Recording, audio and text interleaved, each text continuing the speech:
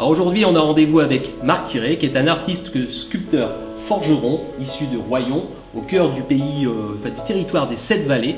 Et donc ça fait 5 ans, Marc, que vous êtes revenu ici, que vous êtes installé dans votre atelier. Et puis on va découvrir aujourd'hui un petit peu ton travail. Alors comment est-ce que tu peux te définir en fait par rapport à tout ce qu'on peut voir ici? Me définir, c'est simple, j'ai toujours été passionné de métal, de fer.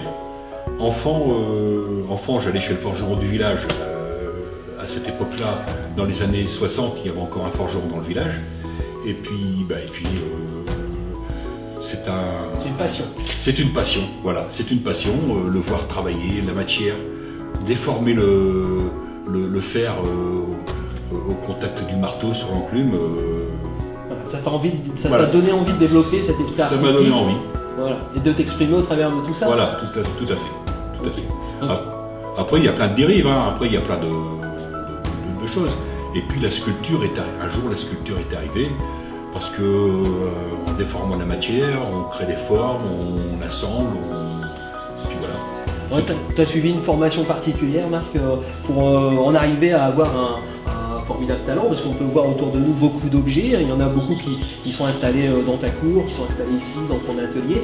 Et il y a une formation particulière au travers de maîtres forgerons ou autres qui t'ont permis d'arriver à un travail aussi bien abouti. La formation, en fait, on se la fait tout seul. Hein. Moi, je me la suis toujours faite tout seul, cette formation. La passion, c'est tout, la passion du métal, voilà, c'est tout. Hein. Alors en fait, tu travailles le métal, comme on l'a vu, hein, sous diverses formes. Ça peut être à partir d'objets qui sont récupérés. Mais est-ce que tu as des thématiques qui te tiennent particulièrement à cœur? On a vu aussi des personnages un petit peu humoristiques. Hein. On voit des petits chiens à partir d'extincteurs, on voit une grenouille pêcheur, on voit beaucoup de choses. Mais tous ces thèmes-là, ça sort de ton imagination, c'est au gré de tes envies? Mais parfois, c'est le personnage vient tout seul. Hein. Quand on fréquente régulièrement les ferrailleurs comme je le fais, on va voir quelques objets obsolètes. Et puis, par exemple, les premiers oiseaux que j'ai faits avec des versoirs de charrue, le versoir, lui, a déjà la forme du corps de l'échassier. Bon, après, le reste, c'est ma petite salade. Hein. Il n'y a plus qu'à assembler, lui faire des pattes. Bon, après, il ne faut pas assembler ça n'importe comment. Il faut que ça ressemble aussi à un échassier. Il faut lui donner une élégance. Mais voilà, c'est... Donc tu as toujours travaillé uniquement le métal? Il n'y a pas eu d'autres aspirations? Ou est-ce que cet élan artistique, tu l'as eu aussi au travers, je ne sais pas, d'autres matières, ou au travers du dessin, du graphisme ou autre? Non, c'est uniquement... Non, c'est le métal. Uniquement le métal. Uniquement, ouais. L'acier. L'acier, le cuivre, j'aime moins. Bon, j'ai fait un petit peu de guinanderie parce que j'ai essayé, mais c'est pas mon... J'ai essayé de faire aussi un peu de coutellerie, de souder les fers ensemble pour faire des lames damassées, quoi.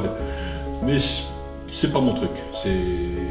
Moi, je peux faire un couteau, mais un couteau comme ça, qui est fait en 5-10 minutes à la forge, pour amuser les enfants, pour leur montrer qu'à partir d'un morceau de fer, ce qu'on peut tirer d'un morceau de fer, quoi. Mais voilà, c'est tout. Et tu as toujours eu envie de récupérer du métal. En fait, c'est pas je prends un métal brut, il y a un côté aussi récupération. Oui, c'est ça, ouais. Le bout de fer qui est destiné à retourner à la fonderie chez le ferrailleur, si on peut capter quelque chose dedans et refaire quelque chose de... Voilà. C'est peut-être ça qui est le démarrage de ton inspiration. Ça me plaît beaucoup, ça, ouais. Donc est-ce que tu as encore des perspectives pour l'avenir, d'autres envies par rapport à ta passion du métal? Est-ce que tu as envie de t'essayer à autre chose? Non, c'est toujours le métal, moi. C'est le métal, voilà. C'est le fer, c'est l'acier, le fer, assembler, forger, souder, obtenir des formes.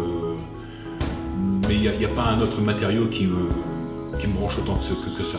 Voilà. Et on a vu ta petite collection de motos qui est installée derrière ton atelier, qui est en lien aussi avec la moto, qu'on peut voir aussi en arrière-plan, puisque tu es un passionné de moto. De mécanique, on va dire. Je vois que tu restaures aussi des moteurs.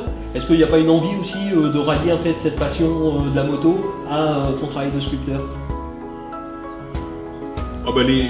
les vieux scooters de rêve comme dans la chanson, j'adore moi ça, les vieilles motos qui respirent,